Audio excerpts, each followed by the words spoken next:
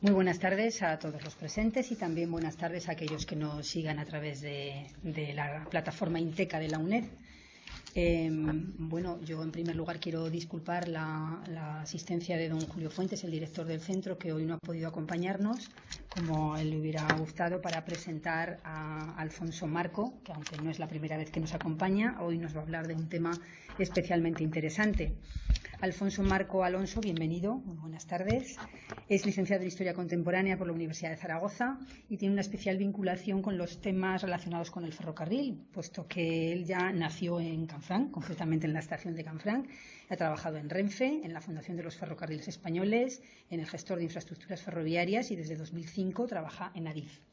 Ha obtenido varios premios de investigación y es autor de los libros Welcome to Hell, Crónica, Antecedentes y Reflexiones en Perspectiva acerca de la guerra y la masacre en Bosnia-Herzegovina, y también otros como El ferrocarril de Cortés a Borja, Ilusión, Realidad y Progreso. Es coautor del cuaderno didáctico del Museo de Vilanova y de los libros 150 años de ferrocarril en Miranda de Ebro y Los electrotrenes 444 de Renfe.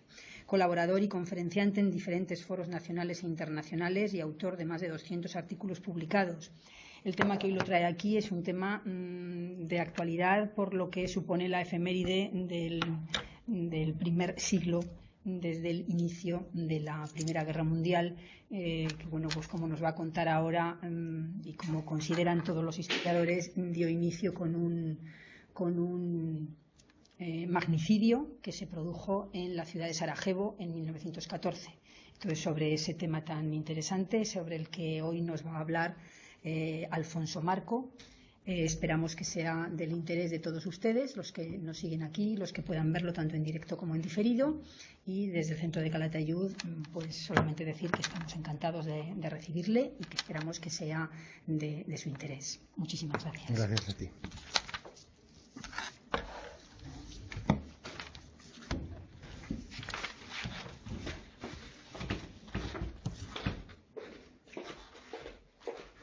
Pues buenas tardes, muchas gracias a Ana, en nombre de la UNED, y a la UNED por invitarme y contar conmigo como lo ha hecho muchas otras veces. Para mí siempre es un placer venir a Calatayud y particularmente a la UNED.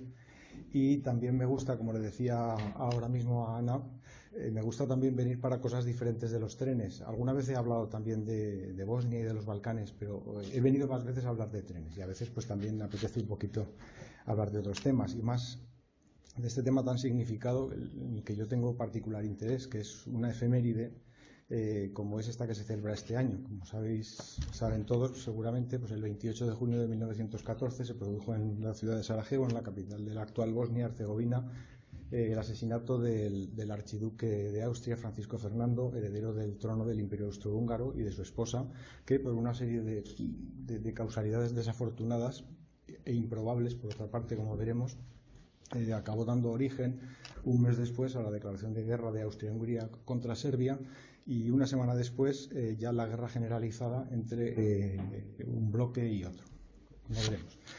En primer lugar, lo que quería decir, quería insistir en que lo improbable y lo difícil que era que estallara la guerra y que estallara por esta causa en Sarajevo. Lo cierto es que ocurrió una extraordinaria sucesión de casualidades y un personaje frágil, una conspiración prácticamente de opereta, fraguada en Belgrado por un grupo de jóvenes enclenques y sin ninguna preparación, aunque sin mucho fanatismo, fueron capaces de acercarse por una casualidad afortunada al archiduque y a su esposa, y con 2 disparos de una pistola prácticamente de juguete conseguir 2 muertos. Y esos 2 muertos que dieran lugar a una conflagración, la más importante y la más sangrienta de la historia hasta la Segunda Guerra Mundial. Hay un aforismo que refleja perfectamente esta idea que he tratado de transmitir. Es esta frase que dijo el filósofo francés Henri Bergson, que la guerra era imposible pero probable. Una aparente paradoja. La guerra era imposible, sí, tenían que coincidir muchísimos factores para que todas las rivalidades y los problemas larvados y existentes en Europa y particularmente en los Balcanes dieran lugar a un conflicto generalizado. Pero por otra parte era probable.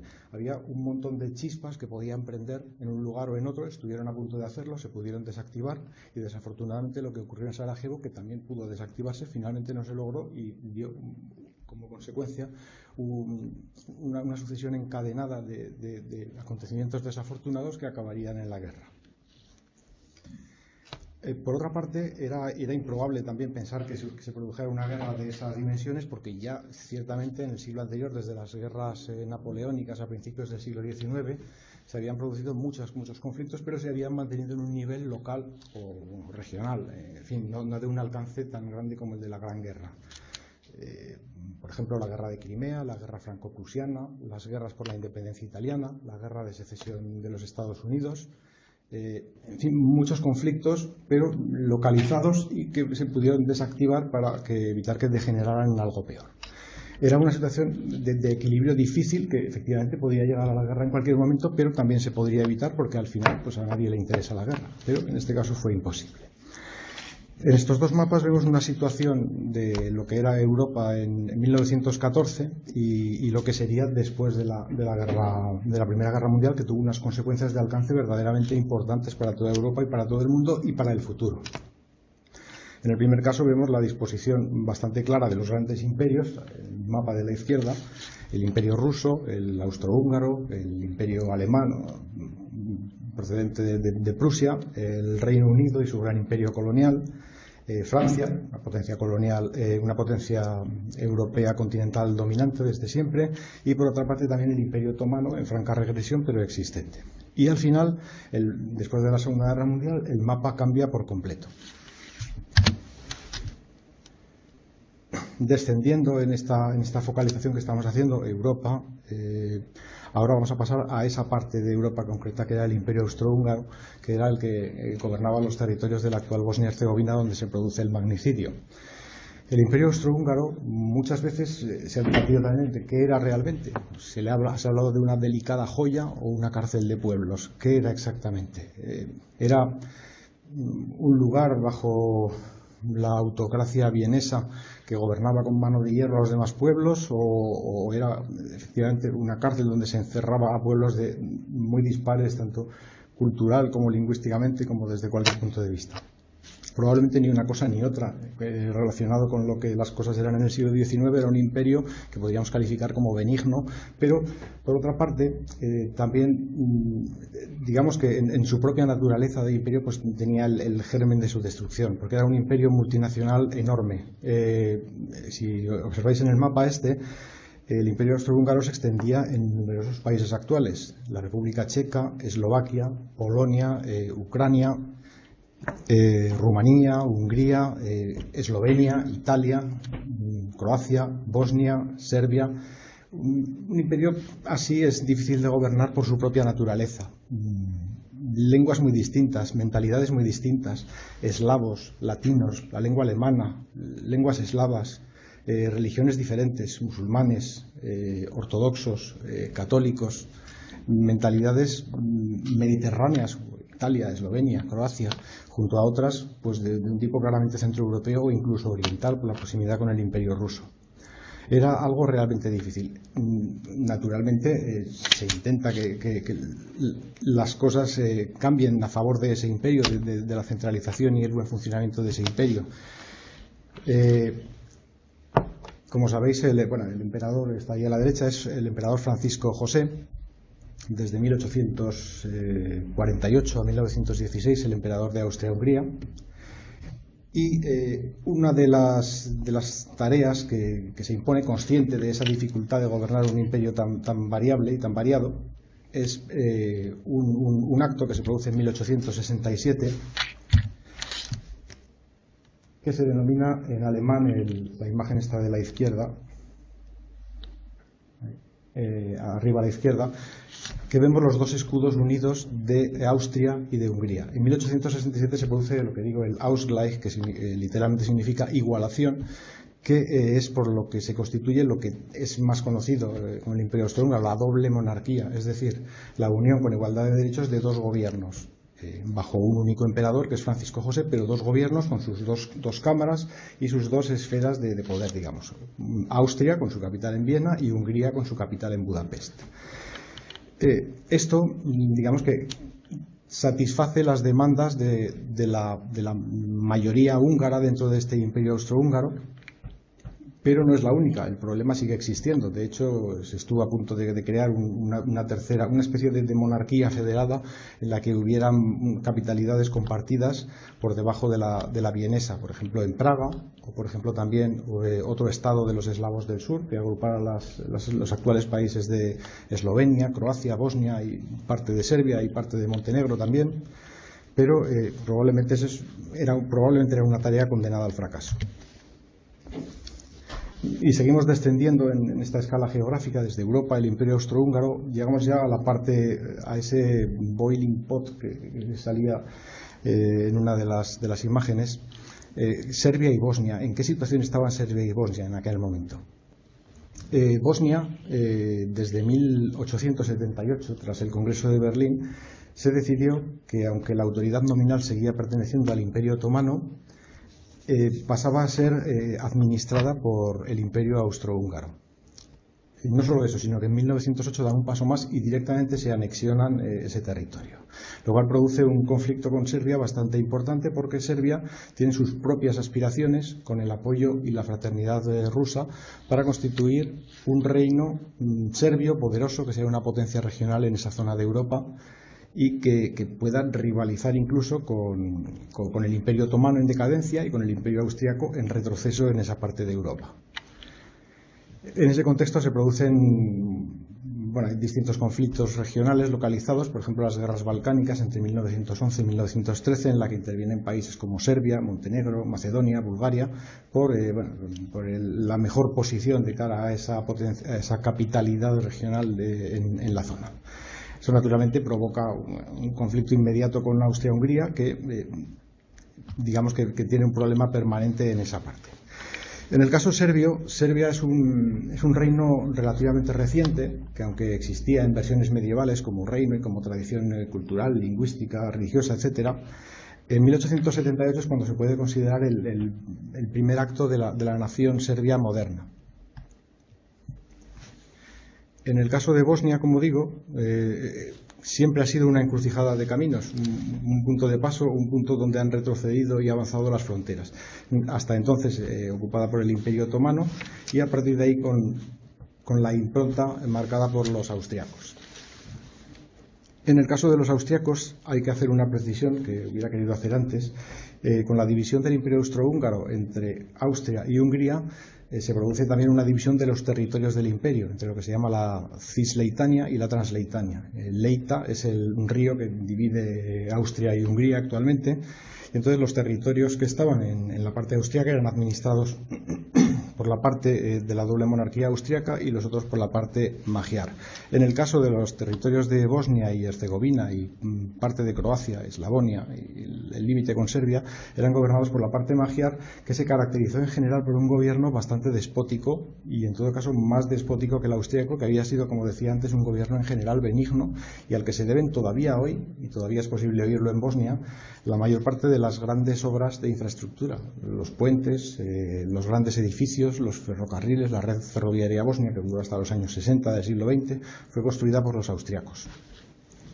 En el caso de Serbia, como decía, ese reciente ser nacional a partir de 1878, como digo, es el comienzo de una nación moderna, pero se remonta a épocas muy anteriores, y eso es precisamente una parte de los problemas. En la imagen de abajo en el centro, esta imagen creo que es relevante porque es un lugar que está en el actual Kosovo, que se llama el Kosovo Polje, el campo de los Mirlos, que es donde se produjo en 1389 la batalla decisiva entre los turcos y las tropas serbias, que fue una gran derrota para las tropas serbias, y desde entonces pues se ha considerado en el imaginario colectivo serbio pues como una época, una fecha que merecía una venganza y una superación de esa historia forzada por los turcos. Y seguimos descendiendo en esta escala, focalizando desde lo más grande a lo más pequeño, y llegamos ya a Sarajevo, que es una ciudad verdaderamente singular. Nos vamos a referir mucho a esta ciudad porque es una ciudad muy especial, como casi todo el mundo sabe, por lo que ha ocurrido recientemente y también por este magnicidio. Sarajevo es una ciudad, yo creo que si hubiera que elegir una capital europea, Sarajevo podría ser una buena capital europea, porque es una ciudad que de siempre, tradicionalmente, ha sido una ciudad particularmente cosmopolita. Se le ha llamado con acierto la Jerusalén europea. Ha sido siempre un cruce de culturas entre Oriente y Occidente, una ciudad puente, una ciudad otomana, pero con muchísima presencia cristiana, con presencia eslava, pero también con presencia latina, incluso con presencia judía. Por ejemplo, en la parte abajo a la izquierda podemos ver la sinagoga que existe actualmente. Es una de las sinagogas más importantes de Europa y todavía existe, y es más, es la sede actualmente de una organización benéfica sefardí que se llama la Benevolencia, que se dedica pues, a favorecer la clase de apoyo al prójimo necesitado. Este nombre, además, que digo de benevolencia, probablemente se os sonará muy familiar al español, porque además se escribe benevolencia. Y es porque en Sarajevo siempre ha habido tradicionalmente una colonia de judíos, por una parte judíos askenazíes, es decir, los procedentes de Europa central y oriental, y por otra parte judíos sefardíes, procedentes de España y Portugal de la época de la expulsión de los reyes católicos, de finales del siglo XV. Y hasta hoy mismo todavía hay alguna presencia y algún ciudadano de Sarajevo que es capaz de hablar en ladino y que es capaz de entenderse con un español. Y la benevolencia, entre otras cosas, pues también procura difundir esa obra, ese pequeño latido que queda de la cultura española. Bien, por lo demás, Sarajevo, el nombre de Sarajevo, como he puesto ahí, deriva de las dos palabras turcas que son Saray y Yedibe, que significa el palacio del virrey, y que data de la época en la que se fundó la moderna ciudad de Sarajevo en 1461. He puesto también estas dos imágenes de unas perspectivas generales de la ciudad de Sarajevo porque la morfología de la ciudad es también bastante característica y lo ha sido hasta los recientes bombardeos criminales de los años 90. La ciudad está rodeada de montañas muy altas, montañas de 2, casi 3.000 metros, y surcada por el centro, que es la que marca su personalidad, por un río no muy grande, que es el Miljacka, que desemboca en el río Bosna, y ese puente surcado a su vez por puentes que han marcado mucho la historia y el devenir de la ciudad. En primer plano, en la fotografía de la izquierda, no me funciona muy bien esto, no, es que está iluminado, bueno, no sé si veis, es que me referiré más tarde a este edificio, o este, lo que se conoce cariñosamente en la ciudad de Sarajevo como la Vijećnica, que en su momento fue el ayuntamiento de la ciudad y con el tiempo, después de la Segunda Guerra Mundial, pasaría a ser la Biblioteca Nacional de Bosnia y, quizá lo recuerden algunos, objeto de los bombardeos de los ultranacionalistas serbios durante la guerra de ruptura de la antigua Yugoslavia. Allí precisamente es a donde se dirigía en su recorrido Francisco Fernando, como veremos más adelante. Y por fin quiero nombrar, luego hablaremos también más de él, de los personajes que había ese día. Uno de ellos, al que hay que nombrar naturalmente, es abajo a la derecha, a Fejin Čurčić, que era el alcalde de Sarajevo desde 1886 a 1916.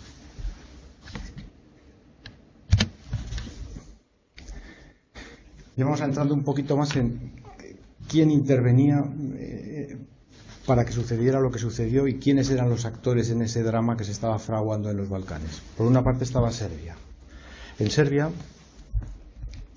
entre 1878 y 1903, gobernaba una dinastía que era la dinastía Obrenović, y esa dinastía sería sustituida por un golpe militar y el asesinato físico del propio rey y de su esposa. El rey era Alejandro I Obrenović y su esposa Draga, que fueron asesinados en un golpe palaciego dirigido precisamente por una sociedad secreta dirigida por el personaje que está arriba a la derecha, que es Dragutin Dmitrievich alias Apis, en honor al dios griego. Este señor era el jefe de los servicios de inteligencia serbios y un partidario pues de la expansión y de la consolidación de una gran Serbia, en oposición tanto a la monarquía como al primer ministro, que tenían una línea, digamos, más más moderada.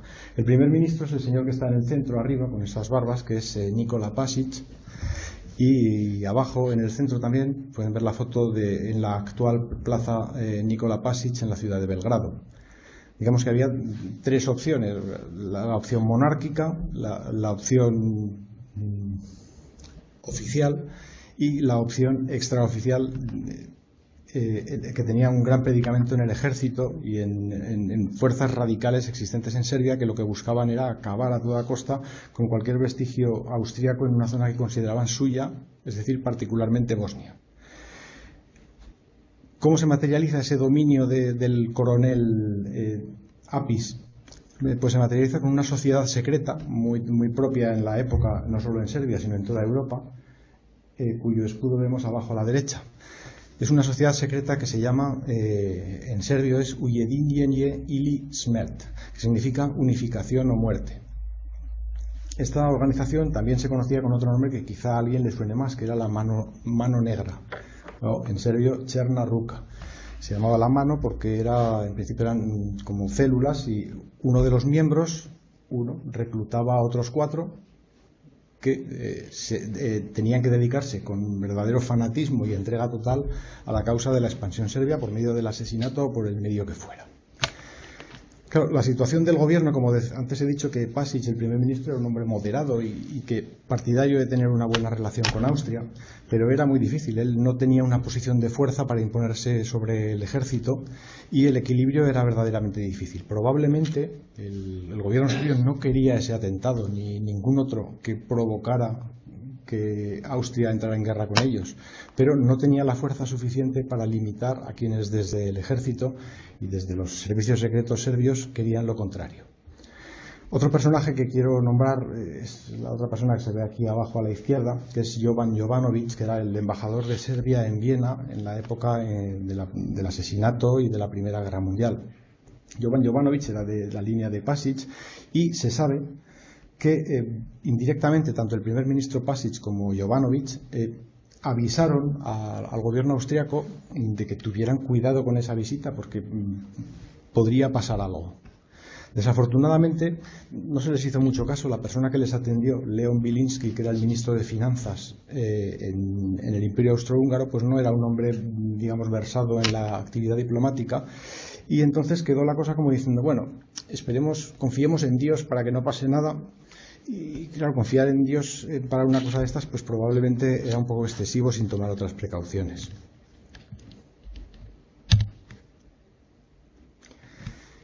Y seguimos con los actores de este drama. Ya pasamos a los jóvenes bosnios. Los jóvenes bosnios pertenecían a una organización que se llama así, Jóvenes Bosnios, Mlada Bosna, que dependía, como muchas otras organizaciones similares, también tipo de sociedades secretas, dependía como he dicho antes, de la organización dirigida por el coronel Apis y Ujedinjenje ili smrt, Unión o Muerte, o la Mano Negra. Y en Bosnia se formó en distintas ciudades la Joven Bosnia, formada por jóvenes, gente muy joven, incluso de 16 años para adelante, la mayor parte entre 16 y 20 años, lo cual a algunos les salvaría luego la vida, como veremos, que querían actuar y querían hacer algo para esa unificación de los territorios, para esa integración de los territorios bosnios en Serbia a toda costa.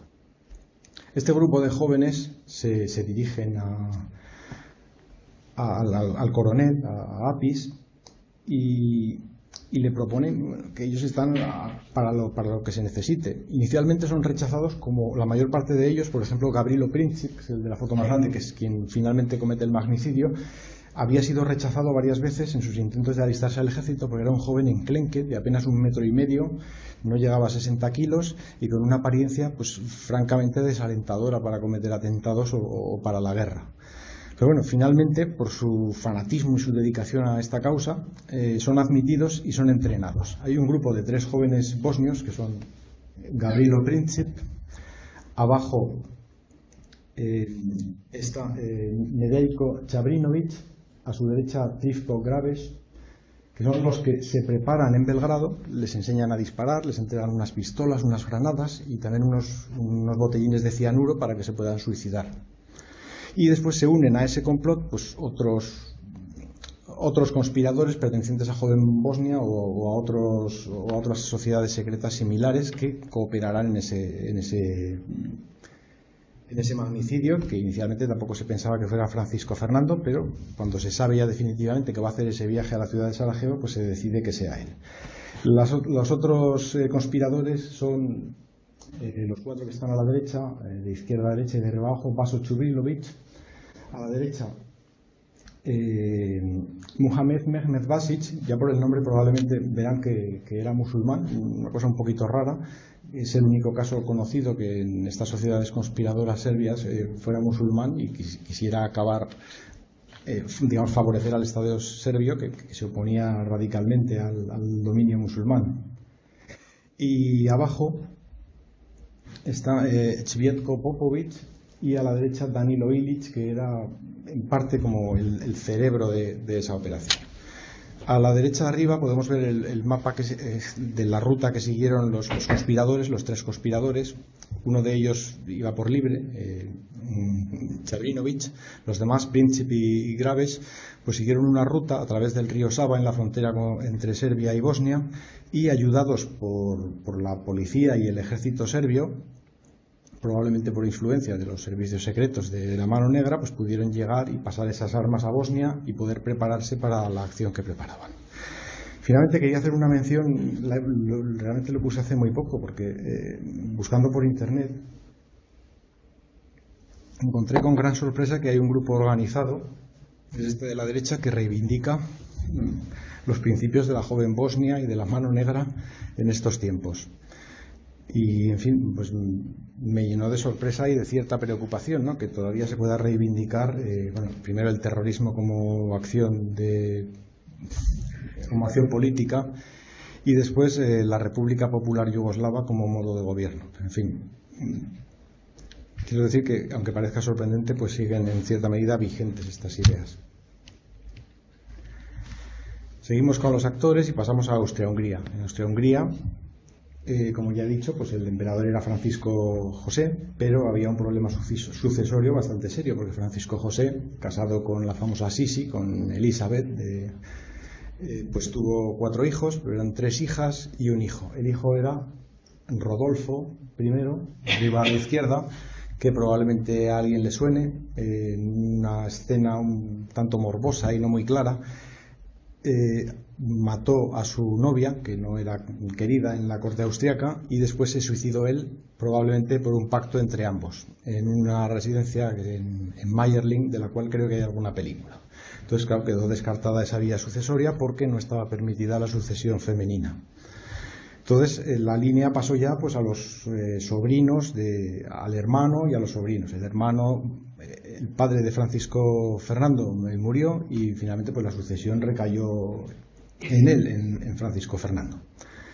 Otros personajes, otros actores de la época de Austria-Hungría, tenemos abajo al conde István Tisza, que era el primer ministro de Hungría, es decir, la parte húngara de la doble monarquía.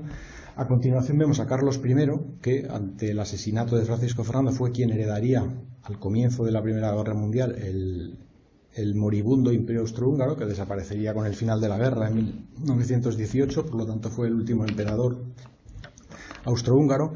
Y después otros 3 personajes que también los quiero nombrar porque son importantes en la historia que nos ocupa.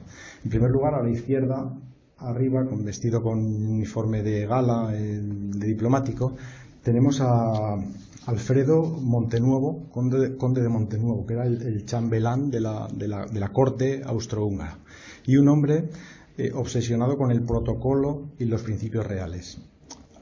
Voy a anticiparlo porque lo quiero dar después. Probablemente ya saben que el matrimonio entre Francisco Fernando y la duquesa Sofía pues no fue aceptado en su momento porque no tenía la categoría sanguínea adecuada para heredar el trono de Austria-Hungría, y entonces desde el principio de conocerse esa relación intentaron disuadir a Francisco Fernando de ese matrimonio por inconveniente por completo para la monarquía, y particularmente Montenuovo pues tenía una verdadera obsesión por humillarlos y humillarla particularmente a ella en cuestiones de protocolo, para recordarles siempre que ella ni era ni podría ser ni estar a la altura de un imperio como el austrohúngaro. Hay un detalle, al final, incluso en el entierro, se preocupa de que en el protocolo, bueno, primero que el archiduque Francisco José ni asista al funeral, y segundo que los catafalcos en los que se instalan para llevarlos al entierro en Artstetten, ni siquiera en Viena, en la cripta de los reyes de Austria-Hungría, pueden ser enterrados. Se preocupa de que la tumba de Sofía, de la duquesa, esté unos centímetros por debajo de su marido, en una humillación póstuma verdaderamente de poco gusto. Y a la derecha arriba tenemos al general Konrad von Hötzendorf, que era el jefe del Estado Mayor General del Ejército Austrohúngaro, y que era una parte también importante porque representaba una de las maneras de ver la situación de Austria-Hungría y las posibilidades que tenía frente a otras más conciliadoras. Hötzendorf era partidario de la línea dura, lo que ahora llamaríamos un halcón, ¿no? Es decir, entrar en Serbia y acabar de una vez con ese problema y darles un escarmiento a ellos o a quien hiciera falta, ¿no? En fin, un hombre belicista sin mucho sentido, porque Austria-Hungría era una potencia más nominal que militar en realidad. Luego nos referiremos también un poco a eso al hablar de que, curiosamente, la posición de Francisco Fernando era muy diferente. Era mucho más consciente del riesgo que tenía el imperio y era más partidario de hacer concesiones, ello a pesar de que su ideología y su mentalidad era realmente retrógrada y anticuada incluso para esos tiempos. Por ejemplo, tenía una pésima opinión y los trataba pues, como a cerdos, hablaba de ellos en estos términos, tanto a los eslavos del sur como a los húngaros. Y por último quiero hablar del personaje pues, más desafortunado de toda esta historia, abajo a la derecha, que es el general Oskar Potiorek, que era en la época del asesinato el gobernador de Bosnia-Herzegovina y el responsable de la visita real, en la que el hombre pues, no tuvo demasiada suerte, como veremos. Seguimos descendiendo todo el peldaño y llegamos ya a la familia real. El archiduque era sobrino de Francisco José y heredero legítimo al trono pues, por los problemas sucesorios que tenía la Casa Real Austriaca.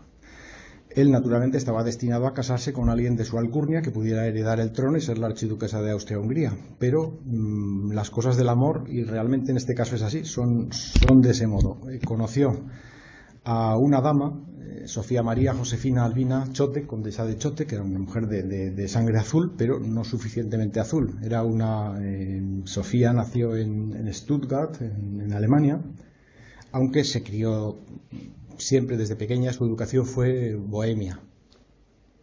Bueno, dicho bohemia, dicho así parece que fuera hippie o algo así, no, me refiero a Bohemia, la parte de la República Checa.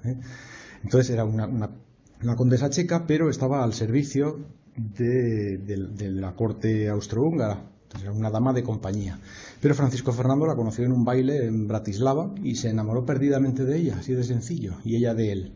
Y entonces, a pesar de todos los impedimentos que encontraron por la familia real, pues nada consiguió parar el amor ese y ellos estaban decididos a seguir adelante, pasara lo que pasara.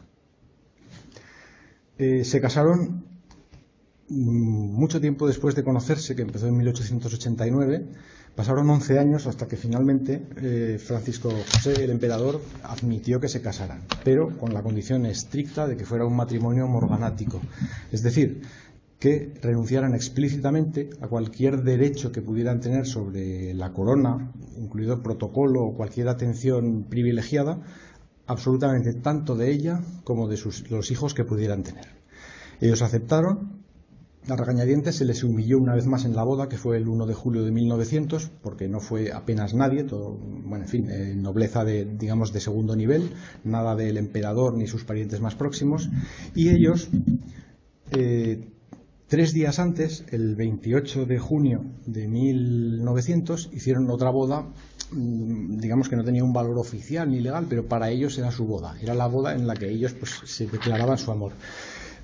¿Por qué digo estas fechas? Que en general pues no aporta mucho, porque, insisto, lo he dicho al principio, el asesinato fue el 28 de junio, un 28 de junio, y un 28 de junio también de 1389 fue la batalla que he nombrado antes del campo de los Mirlos, entre serbios y otomanos.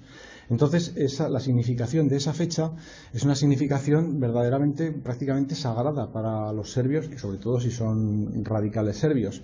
De hecho, fue también una de las causas arguidas y uno de los motivos sentimentales planteados por el extremismo serbio en la reciente guerra de la destrucción de Yugoslavia. Qué mala suerte, precisamente, que se casaran y que pensaran que su amor empezaba un 28 de junio. Eso iba a ser trágico, porque el día del asesinato fue también un 28 de junio y ellos eligen precisamente ese día. Bueno, habían llegado unos días antes a Sarajevo, pero los actos protocolarios en Sarajevo quieren que se celebren ese día porque quieren celebrar su aniversario de bodas, viviendo felices a pesar de todas las trampas en la corte, y además quieren celebrarlo lejos de la opresiva corte vienesa, en un sitio donde van a poder ir en el mismo coche, van a ser aclamados y nadie les va a molestar por un amor inconveniente.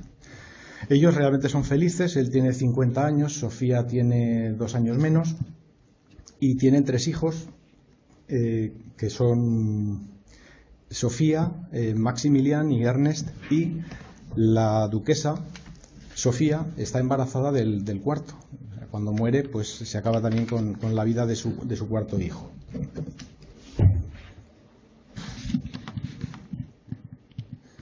Sí, he olvidado decir, a veces me he referido a ella como la duquesa. Una vez que la Casa Real Austríaca comprueba que el empeño de Francisco Fernando es real por vivir con esta mujer, pues consienten en darle un trato mayor al que tiene, y entonces es cuando se le concede el trato de Alteza Real y el nombramiento de duquesa de Hohenberg. Pero duquesa, no archiduquesa. Eso no lo conseguiría nunca, ni a título póstumo.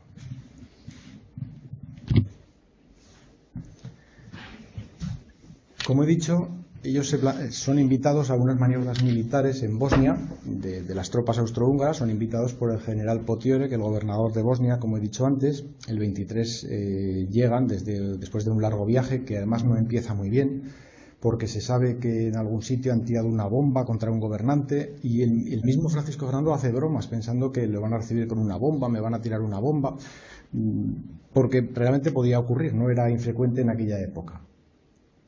Se alojan en el balneario que está al lado de Sarajevo, en Ilicha, que es donde nace el río Bosna, una zona muy bonita, en el Hotel Bosna, por cierto, y allí pasan unos días, e incluso el día 27 van a Sarajevo y están en las tiendas de la Bascharsija, que es la zona comercial, la zona turca de Sarajevo, haciendo sus compras, compran unas alfombras, compran, en fin, algunos objetos. Al día siguiente empieza ya el acto protocolario propiamente dicho. Salen alrededor de las 10 de la mañana de los baños, llegan a la estación de ferrocarril de Sarajevo. Desde allí se dirigen al cuartel del ejército austrohúngaro, al cuartel de Filipović, pasan revista a las tropas y alrededor de las 10:15 emprenden el camino hacia el ayuntamiento, donde serán recibidos por el alcalde, para después, según era lo previsto, pues ir a la residencia del gobernador, comer y acabar la visita. Lamentablemente las cosas no salieron así.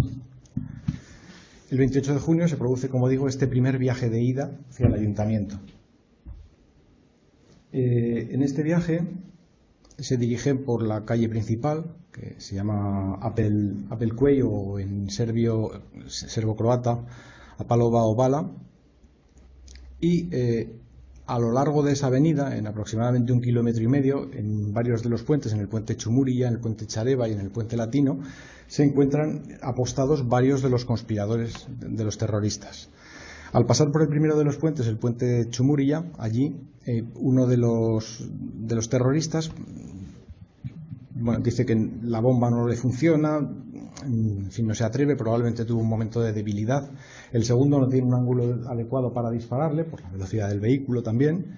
Y el tercero finalmente sí que se acerca, Nedeljko Čabrinović, y lanza una bomba, una pequeña bomba, que rebota en la parte posterior, en la capota que llevaba el vehículo, y sale despedida hacia atrás, causando pues cerca de 20 heridos.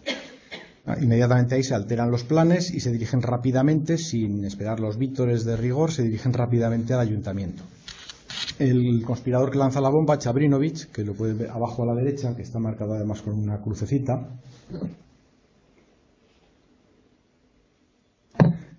como los demás conspiradores, como veremos, pues era fanático, decidido, pero probablemente no muy listo, porque ingiere la cápsula de cianuro y por si acaso se lanza al río Miljacka. Pero el río Miljacka pues es como, no sé, yo soy de Zaragoza, pues como el río Huerva, más o menos, ¿no?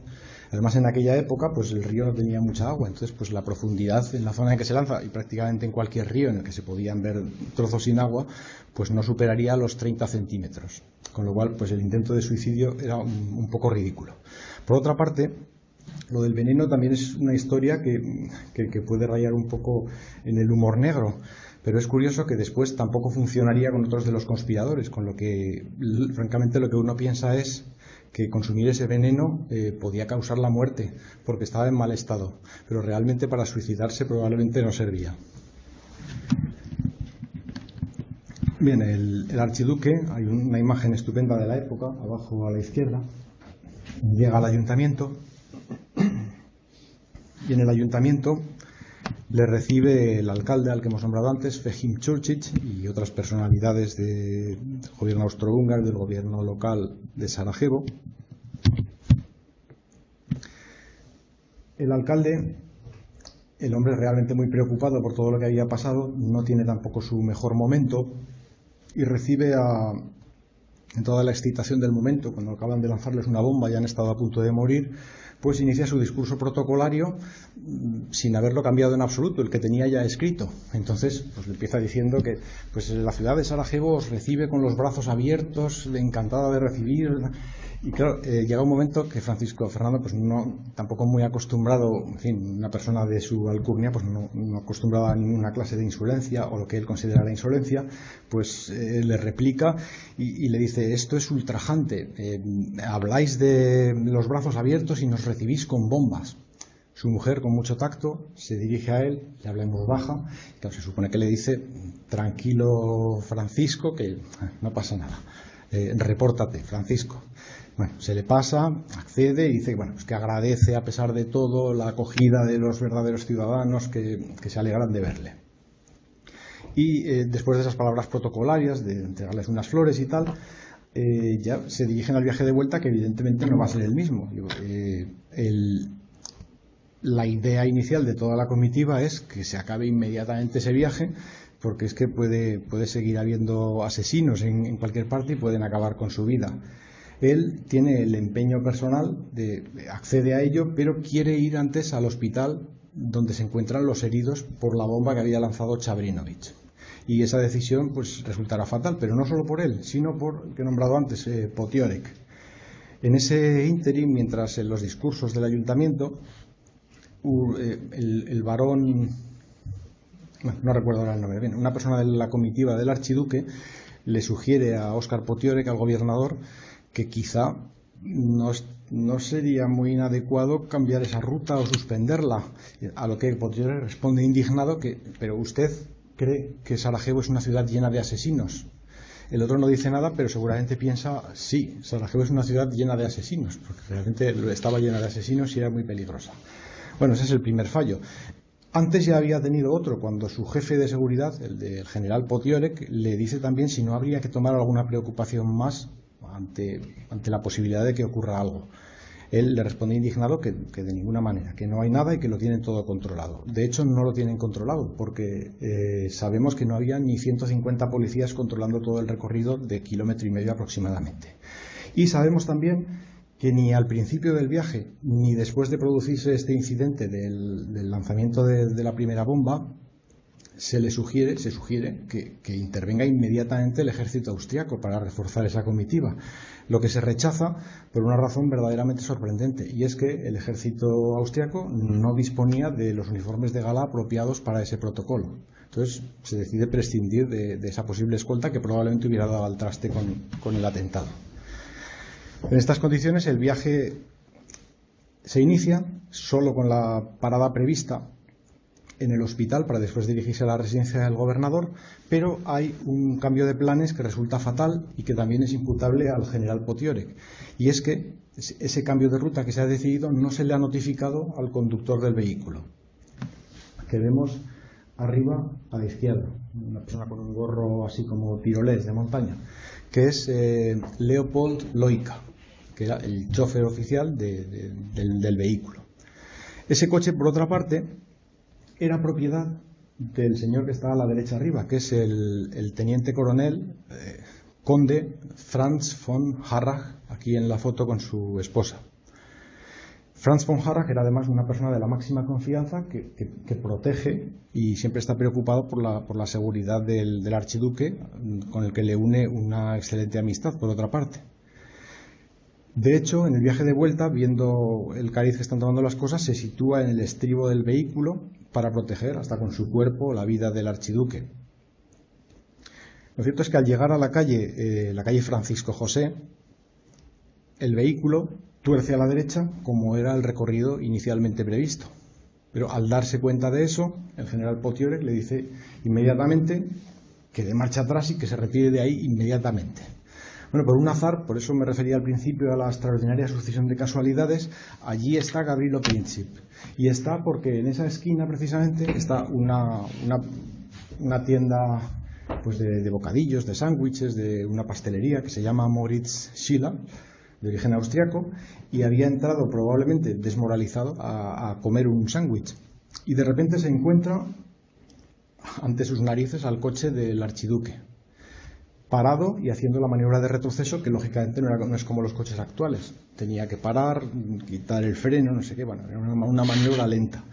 Y en ese momento se dirige, desenfunda el arma, pero se pone en medio el teniente coronel conde Franz von Harrach, y aún así, con el coche sigue maniobrando, le da tiempo de dar la vuelta y se sitúa a aproximadamente 4 metros de la condesa, de la duquesa, y del archiduque que está detrás. Y dispara. 2 disparos. Solo puede hacer 2 disparos y, por increíble que parezca, con esa pistola de juguete y su preparación también y su complexión, consigue verdaderamente por una casualidad 2 disparos mortales. Enseguida se abalanzan sobre él, él se toma la cápsula de cianuro que la llevaba ya preparada. Como decía antes, pudo haber muerto por el mal estado del cianuro, pero para suicidarse desde luego no valía porque estaba en mal estado. Intenta también dispararse, pero lo detiene, y lo conducen a dependencias policiales. El disparo, antes de llegar a esto, el primer disparo le alcanza en el abdomen a la duquesa, y el segundo disparo, prácticamente simultáneo, le alcanza en la carótida al archiduque. La duquesa muere en pocos minutos y el archiduque dura un poquito más, unos 10 minutos más, mientras se dirigen a toda prisa a la residencia del gobernador para tratarle, siendo sus últimas palabras, que quizás sean conocidas para alguno. En alemán dice exactamente Soffel, sterbe nicht, bleibe am Leben für unsere Kinder. Que dice Soffel, bueno, es un diminutivo, ¿no? Sofía, no te mueras, permanece viva por nuestros hijos. Mientras tanto, le preguntan, porque nadie piensa que la situación sea tan grave, apenas un hilillo de sangre corre por su cuello, y le dice al ayudante, al teniente coronel, a von Harrach, le dice It's nicht, le dice varias veces, no es nada. Y acto seguido muere, a los 10 minutos de haber recibido el disparo. Bien, esto que ocurrió ese día, las consecuencias son inmediatas.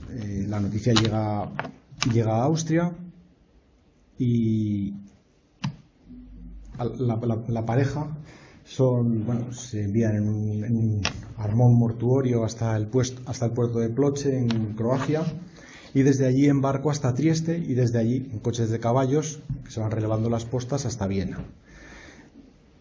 A partir de ahí, claro, el gobierno austriaco quiere indagar inmediatamente qué es lo que ha ocurrido, cuál es la implicación real del gobierno serbio en ese complot, y finalmente plantea unas condiciones difíciles de cumplir por cualquier Estado soberano, y sobre todo una de ellas, que es que requiere que sean policías austriacos los que investiguen en Serbia qué ha ocurrido ahí. Eso no lo admite, y ahí se inicia un juego de faroles, un juego de cartas, ¿no? Los serbios cuentan con el apoyo de Rusia, pero también es un paso arriesgado para Rusia. Para Austria es un paso arriesgado también empezar una guerra contra Serbia sabiendo que se puede enfrentar con Rusia. Alemania no va a permitir que su aliado austriaco se quede solo, tampoco va a permitir que Rusia progrese, siendo que tiene frontera con ellos. Francia, que está muy resentida por la guerra franco-prusiana de 1871, está aliada con con Rusia, lo mismo con el Reino Unido. Y finalmente hay, en esa situación, pues todos deciden tomar la senda que acaba yendo a la guerra. Bien, ahí no vamos a entrar porque sería materia de otra conferencia, pero lo cierto es que sí que quería decir que respecto a Serbia y a los Balcanes, ¿podemos decir que han sido un éxito los atentados? Pues si lo miramos con la óptica de aquel tiempo, sí, porque los criminales lo que querían era precisamente eso, un cambio radical, expulsar a los austríacos, provocar la guerra si era necesario. A la larga, pues probablemente vemos que no, porque ¿cuál es la situación ahora mismo de la antigua Yugoslavia y de la actual Austria? Pues la actual Austria es un país próspero y moderno, y la antigua Yugoslavia, que por cierto se hace independiente en 1918, como era el deseo de la potencia dominante Serbia, en la forma del reino de los serbios, croatas y eslovenos desde 1918, bajo el mando de Alejandro I Karađorđević, que lo vemos ahí. Esa primera república serbia, el reino de los serbios, croatas y eslovenos, acabaría llegando después de la Segunda Guerra Mundial a la Yugoslavia, la República Socialista Federativa Yugoslavia que conocemos, que era un país verdaderamente imposible. Y como vimos claramente hace bien poco, en 1990-91, cuando se inicia la ruptura, la destrucción en una guerra terrible, particularmente en Croacia y particularmente en Bosnia y después también en Kosovo, que acaba con Yugoslavia y que además acaba subsumiendo a la mayor parte de los países de la antigua Yugoslavia en una situación casi desesperada en lo económico, incluso actualmente. Por lo tanto, es un éxito pues relativo. Claro, ese éxito, ¿qué costes tiene ese éxito? Pues unos costes enormes. Primero, porque genera una guerra terrible, que acaba siendo una guerra mundial, que acaba teniendo alrededor de 10 millones de muertos, y que la guerra en sí misma, además del mal que supone, implica también directamente el surgimiento de los dos peores totalitarismos del siglo y de la historia seguramente, los fascismos y su forma extrema, el nazismo, y también el totalitarismo comunista. En Rusia, precisamente la guerra provoca eso, que la desaparición del Imperio ruso y el derrocamiento de los zares por parte del régimen soviético que comienza Lenin.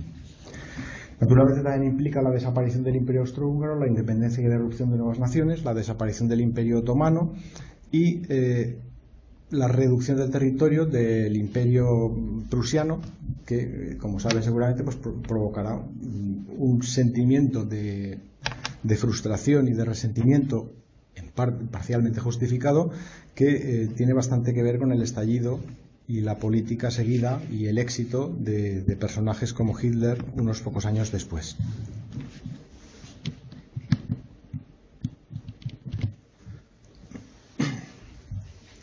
Mientras tanto, la justicia austríaca seguía su curso con los participantes en el complot que acaba con la vida del archiduque. Arriba, a la izquierda y a la derecha, vemos escenas de los principales encausados en el tribunal en Sarajevo, y a la izquierda vemos los tres conspiradores reclutados en Bosnia, que se dirigieron a la sociedad secreta La Mano Negra en Belgrado, buscando el apoyo y el compromiso que obtuvieron por parte de los servicios secretos y de esa organización Mano Negra para cometer un gran atentado. Quiero decir también que esto de los atentados políticos era una práctica, en fin, bastante corriente y extendida tanto en los Balcanes como en toda Europa. En el caso de los Balcanes, por no separarnos demasiado de esa zona, pues podemos señalar varios. Por ejemplo, el intento de asesinato del gobernador de la Galitzia austríaca, el asesinato del vicario general de Transilvania por parte de extremistas rumanos, el intento de asesinato del propio emperador Francisco José, el intento de asesinato del general Barešani, el anterior gobernador de Bosnia antes del general Potiorek, por parte de un extremista serbio llamado Bogdan Đelajić, el asesinato del propio Alejandro, del rey en 1903 serbio, por este complot palaciego al que me he referido anteriormente, el asesinato en 1898 de Elizabeth, de la famosa Sisi, por parte de un anarquista italiano, el intento de asesinato del propio general Potiorek y He dicho solo los Balcanes, pero tenemos casos en toda Europa, particularmente en la Europa mediterránea. El caso de España es clarísimo, al principio del siglo XX. Alfonso XIII, el monarquista Mateo Morral, intenta asesinarlo con una bomba de gran potencia que también rebota en una capota y acaba matando a cerca de 20 personas que no tienen nada que ver con la boda. Por cierto, que en esa boda de Alfonso XIII, donde se produjo el atentado, estaba presente también Francisco Fernando y su prometida Sofía. Y naturalmente en España, claro, hay que nombrar también los magnicidios de presidentes del gobierno como Prim, Cánovas, Canalejas o Dato.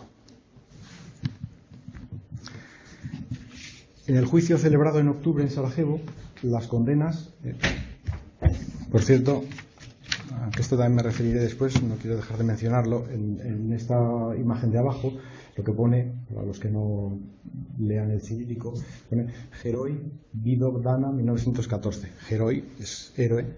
Vidovdana, el día del Vidovdan,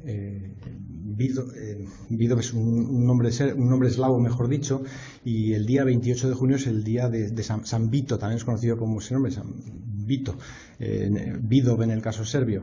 Entonces se celebra todavía hoy como los héroes del Vidovdan de 1914 y son venerados como eso, como héroes, como libertadores, como luchadores por la libertad. Con todo lo que he dicho antes de Austria, naturalmente Austria pues era un imperio autocrático, propio también de su época, pero lo cierto es que tenía algunas normas que francamente todavía hoy pueden sorprender un poco por su relativa humanidad. Y de hecho, los 3 conspiradores principales y varios de los otros se salvan de la horca porque son menores de 20 años en el momento de intentar el crimen o de conseguirlo, en el caso de Gavrilo Princip. Se ejecuta a otros, por ejemplo a Danilo Ilic, que sí que es mayor y es el organizador, el alma mater del complot, pero estos prisioneros, no quiero decir con ello que se les tratará bien, ni mucho menos.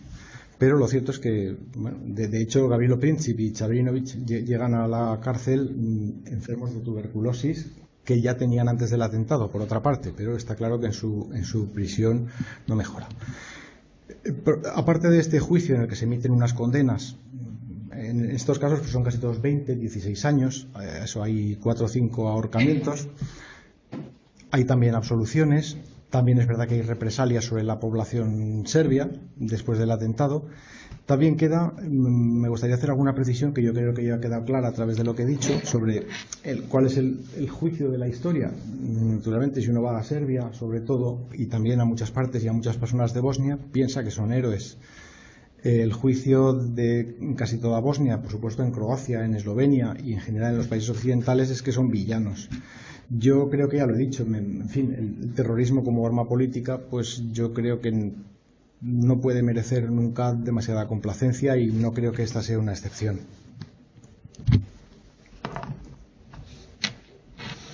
Volvemos otra vez a Sarajevo y querría repasar otra vez los escenarios de ese crimen, también para invitar a quien quiera ir a esta hermosa y llena de historia y de curiosidades ciudad, para que encuentre esos escenarios y muchos otros alicientes.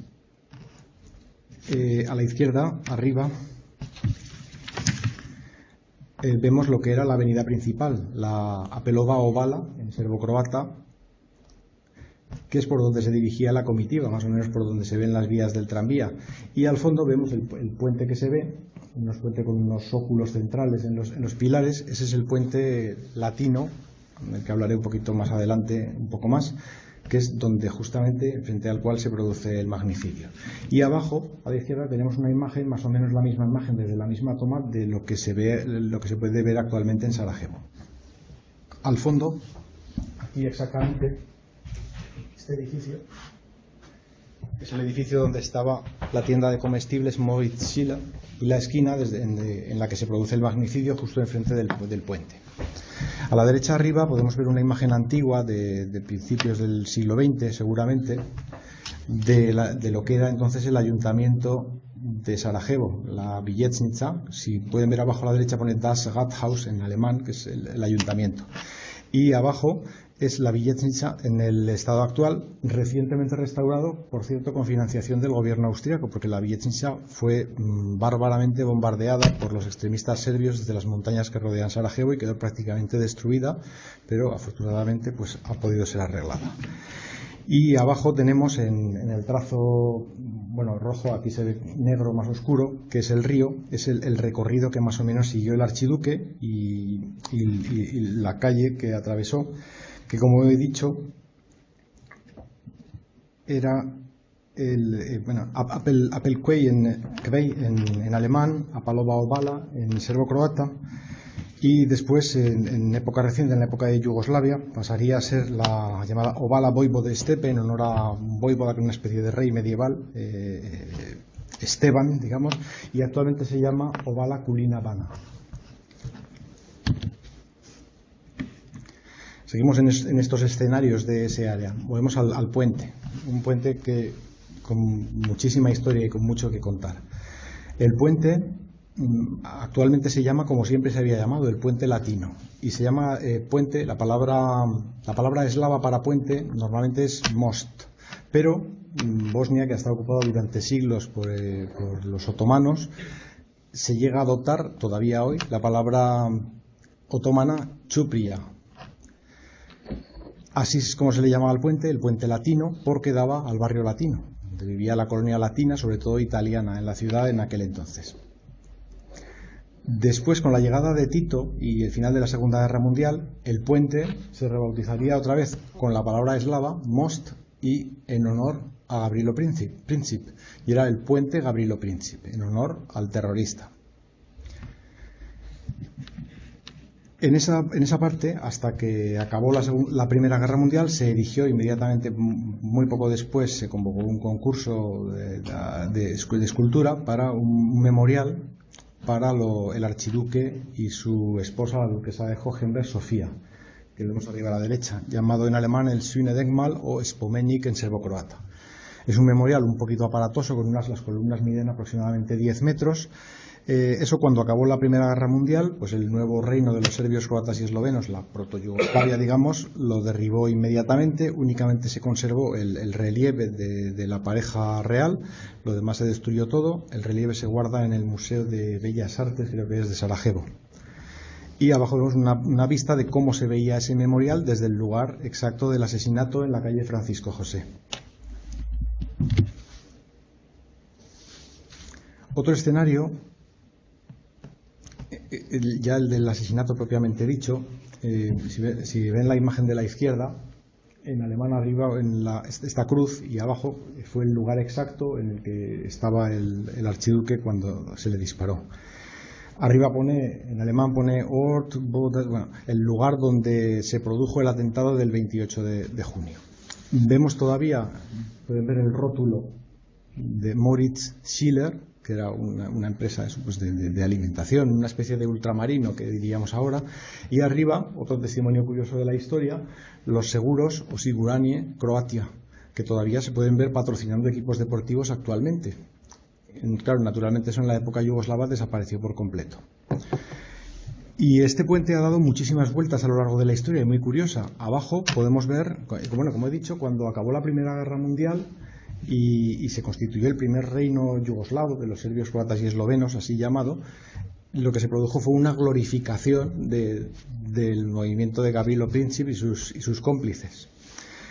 Después, en la Segunda Guerra Mundial, los alemanes crearon un estado títere en Croacia y parte de Bosnia también, gobernado por los terribles fascistas Ustaša croatas, y invadió Serbia y el resto de Bosnia. Ellos quitaron las placas y los homenajes en honor a Gavrilo Princip, puesto que había atentado contra el Imperio Austrohúngaro y Austria, pues bueno, en una parte del Reich alemán ya desde 1938.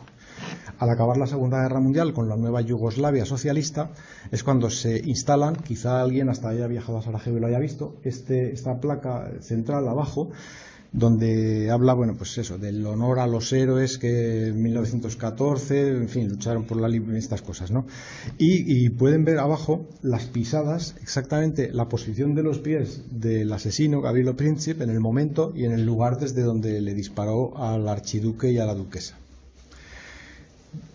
Naturalmente eso cambió con la ruptura de la antigua Yugoslavia y la independencia y la guerra en Bosnia a partir de 1992. Por supuesto, ese extremismo serbio no era ni es bien considerado por la mayor parte de la población bosnia, que considera a los austriacos, por otra parte, con la perspectiva que dan los años, por otra parte, con unos como una potencia extranjera, pero benigna y productiva, que al menos hizo alguna cosa. Esas pisadas de Gavrilo Princip y esa placa en honor de Gavrilo Princip y los otros conspiradores fue retirada y se encuentra actualmente en el museo que hay en lo que antes era Moritz Schiller. Hay un museo dedicado al asesinato y ahí se conserva esas pisadas y esa placa. Ahora lo que hay actualmente es la placa que vemos a la derecha, que es una placa neutra en serbo-croata arriba y en inglés abajo, que simplemente dice que desde este lugar Gavrilo Princip asesinó, y utiliza ese verbo, al archiduque y a su esposa Sofía.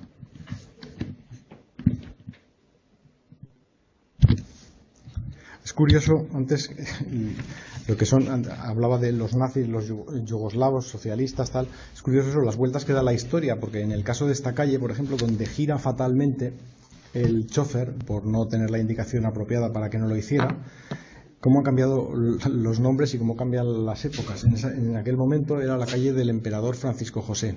Después, en la época yugoslava, pasa a llamarse la calle de la Jugoslovenske Narodne Armije, es decir, la calle del Ejército Nacional Yugoslavo. Y en estos momentos, después de la guerra, tiene otro nombre también bastante grandilocuente y significativo, que es Branilaca Sarajeva Zelenih Beretki, que significa los boinas verdes defensores de Sarajevo, es decir, unidades voluntarias extranjeras que acudieron a defender la ciudad ante el asedio serbio en los años 90. Eso mismo ha ocurrido con las otras calles, por supuesto. Por ejemplo, como decía antes, el Apelkveid, el muelle del río, como era conocido originalmente, después pasó a ser el Ovala Voivode Stepe y actualmente Ovala Kulinavana, en homenaje a personajes interpretados de una manera o de otra que existen en la historia antigua de esa parte de la antigua Yugoslavia. Finalmente, quiero nombrar a varios lugares en los que se puede hacer, digamos, bueno, no exactamente turismo, pero sí conocer un poco más el rastro y la huella que dejó el magnicidio de 1914. Al primer lugar al que me quiero referir es al castillo de Konopiste. No se ve arriba, no sé, bueno, en fin, no se ve bien, pero en fin, me pueden creer que es el castillo de Konopiste, que está junto a una ciudad pequeña checa que se llama Benešov, que está cerca de Praga, al sur de Praga. Ese castillo era la residencia, digamos, oficial y además la más querida, la residencia familiar del archiduque y su familia, de sus 3 hijos y de su esposa. Allí, ahora mismo, pues es un lugar, bueno, un pequeño reclamo turístico y hay, pues eso, parejas vestidas de archiduque y la duquesa para hacerse fotos y estas cosas. Y a la izquierda podemos ver una de las aficiones de Francisco Fernando, que, como he dicho, era un hombre pues un poco particular, no demasiado querido en su tiempo, no demasiado inteligente, pero con unas ideas un tanto anticuadas, incluso para su época, y que tenía 2 pasiones fundamentales, aunque tenía cierto sentido para la política. Pero sus pasiones fundamentales eran viajar. De hecho, viajó pues por Próximo Oriente, por toda Europa, llegó hasta España, y la caza.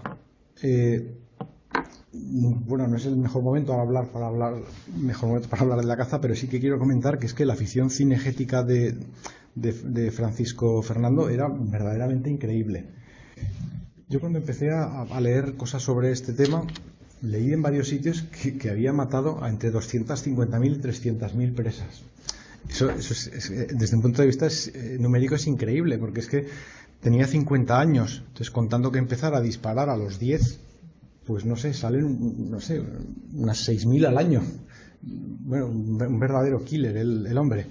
Y al principio pensé, bueno, no puede ser cierto, seguramente serán 50.000 o no sé, o otra cifra. Pero es que, viendo más cosas de este castillo de Konopiste, como esto, así hay salas y salas, con todos sus trofeos. Y un día pues tuve la oportunidad de ver, no sé si ven que debajo de alguna de estas se ve como una pequeña inscripción, pero es que estaban cuidadosamente numeradas, y he visto la inscripción de creo que es alguna especie de ciervo con el número significativo 249.999. Entonces, o hicieron trampas o verdaderamente, bueno, no sé cuántos mataría al final, pero desde luego muchos. Era un gran cazador, está claro. Otros lugares para el recuerdo en Austria son Viena, y Adstetten. Adstetten está a mitad de camino entre Viena y Linz, prácticamente a las orillas del Danubio y cerca de las dos capitales, cerca de Wels y Amstetten.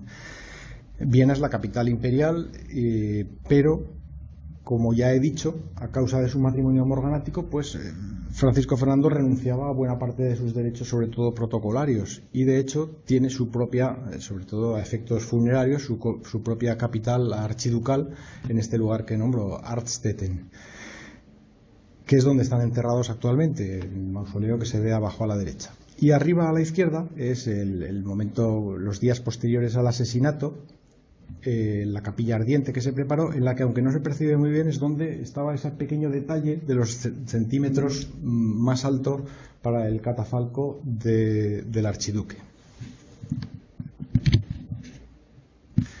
Por supuesto, en Viena, si uno quiere recorrer el rastro del asesinato, del magnicidio, del origen de la Primera Guerra Mundial, un lugar de visita imprescindible es el Museo Militar de Viena, conocido normalmente por los vieneses como el Arsenal, el edificio que está arriba a la izquierda.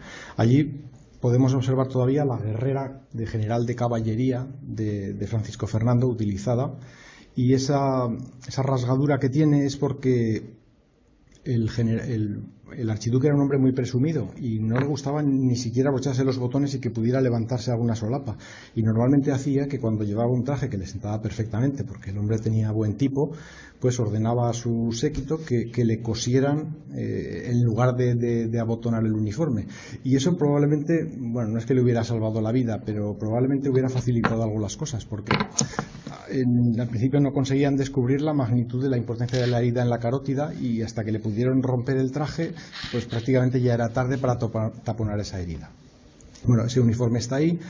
Hay también algunas de las pistolas y de las bombas que se ven ahí a la derecha, entregadas a los asesinos. Y por supuesto se puede ver el coche. Yo no entiendo mucho de vehículos. Es un Graf und Stift Phaeton. Un coche parece muy moderno en su época, que es el que se utilizó. Y a la derecha también, arriba, podemos ver dónde está el uniforme, el casco que llevaba, el pantalón y el diván en el que probablemente estaba ya muerto antes de llegar ahí, en la residencia del gobernador, pero en el diván en el que expiró. Otro lugar para el recuerdo, naturalmente, es Belgrado, la capital de Serbia, en cierto modo la capital eslava de una potencia que ha luchado muchos años por ser la potencia dominante, y que en buena parte lo consiguió hasta esta bestial implosión de los años 90. Belgrado es una ciudad muy especial, una ciudad en la que confluyen dos grandes ríos, como son el Sava, a la izquierda, dentro del Danubio. Es una ciudad muy especial también, con muchos restos de lo que ha sido esta accidentada historia de los eslavos del sur, que es lo que significa Yugoslavia. Es sede del mausoleo de Tito. Aquí lo vemos arriba a la izquierda, en primer plano el de su esposa Jovanka, que murió el año pasado, y después el grande, el de Tito, que aunque proporcionó ciertas cotas de bienestar, teniendo en cuenta el lugar desde donde procedía después de una guerra civil y paralelamente la Segunda Guerra Mundial, con la ocupación brutal alemana durante la Segunda Guerra Mundial, pues pudo llevar al país, a costa de una represión muy notable, a ciertas cotas de bienestar que, al no poder superarse, pues en buena medida volvieron a desencadenar los nacionalismos que nunca habían desaparecido en una nación completamente artificial. En Serbia, como decía, el recuerdo de los conspiradores es muy diferente al que puede haber en otras partes. De hecho, este verano he estado en Belgrado y he podido ver muy cerquita de la estación, una calle bastante principal, ahí a la derecha en el centro, la calle dedicada a Gavrilo Princip. En Belgrado, por supuesto, otra visita de gran interés, son todas las demás fotos, es también el Museo Militar de Belgrado, donde, entre otras cosas, pues se habla de la historia serbia y se habla también de lo que ocurrió en Sarajevo, probablemente de una manera mucho más rebajada de lo que era hace unos años, porque ahora los gobiernos serbios, pues afortunadamente desde hace ya unos años, pues están entrando en una senda de mayor colaboración y de una actitud mucho más moderna de la que fueron los gobiernos terribles de gente como Slobodan Milosevic, el causante del incendio en los Balcanes. Allí todavía, digamos que se glorifica tanto la figura de de los conspiradores, como algunos valientes que acabaron con un régimen de ocupación y tal en favor de Serbia. Bueno, esperemos que ese tipo de mentalidad vaya cambiando. Y finalmente, en este apartado de lugares para el recuerdo, pues claro, hay que hablar de Sarajevo y de los muchos rastros que encontramos del asesinato y del origen de la Primera Guerra Mundial. En primer lugar, para ver que la ciudad, pese a todo lo que ha sufrido, sigue siendo una especie de esa Jerusalén europea que he nombrado. En el cementerio de Kosevo, que sigue siendo el cementerio principal de la ciudad, se puede encontrar un mausoleo muy grande en honor a los héroes del Vidovdan, a los tres conspiradores, Princip, Chabrinovich y Graves, que no ha sido destruido después de la guerra, lo cual podía haber ocurrido porque de hecho ha ocurrido con lugares en los que vivió Princip, que en la época yugoslava se habían sacralizado y después pues claro, han pasado al olvido e incluso a manifestaciones de ira por asociarlo con cierta lógica a los criminales que estaban disparando sobre civiles indefensos en los años 90. El edificio que acogía antes, como he dicho, arriba a la derecha, la tienda de ultramarinos Moritz Sila y Seguros Croacia, ahora es un pequeño museo dedicado precisamente al atentado. No hay demasiadas piezas importantes porque, como he dicho, están casi todas pues en Konopiste o en Viena sobre todo, pero tiene cosas y testimonios interesantes de lo que ocurrió en esa época. Por cierto que antes, no quiero que se me olvide, he hablado de Konopiste y hay otro sitio en la República Checa que también quiero nombrar en estos lugares para el recuerdo, que es Terezín. Terezín es la foto de arriba a la derecha. Quizá si les digo otro nombre seguramente les sonará más, que es Theresienstadt. En la época nazi, Terezín, que es una localidad checa, era una prisión también del Imperio Austrohúngaro, en la que se internó en esa celda número 1 a Gavrilo Princip, que acabó muriendo allí de tuberculosis y probablemente de una gangrena en un brazo que tenía en mal estado. Por cierto, en sus últimos días, cuando se le iba a trasladar al hospital, dijo una frase que verdaderamente hace dudar un poco de su equilibrio mental, ¿no? Le sugirió a sus captores austriacos que no le trasladaran, que lo clavaran en una cruz, que le prendieran fuego para que eso iluminara el camino a la libertad del pueblo serbio. Bueno, un poco peculiar, ¿no? Bueno, pues como digo, esta prisión de Terezín después pasó a ser dominada por los alemanes en la Segunda Guerra Mundial, pasó a ser Theresienstadt y fue un campo de concentración de los peores que tuvo la Alemania nazi. Ojo, digo un campo de concentración, no de exterminio, porque eso es otra categoría.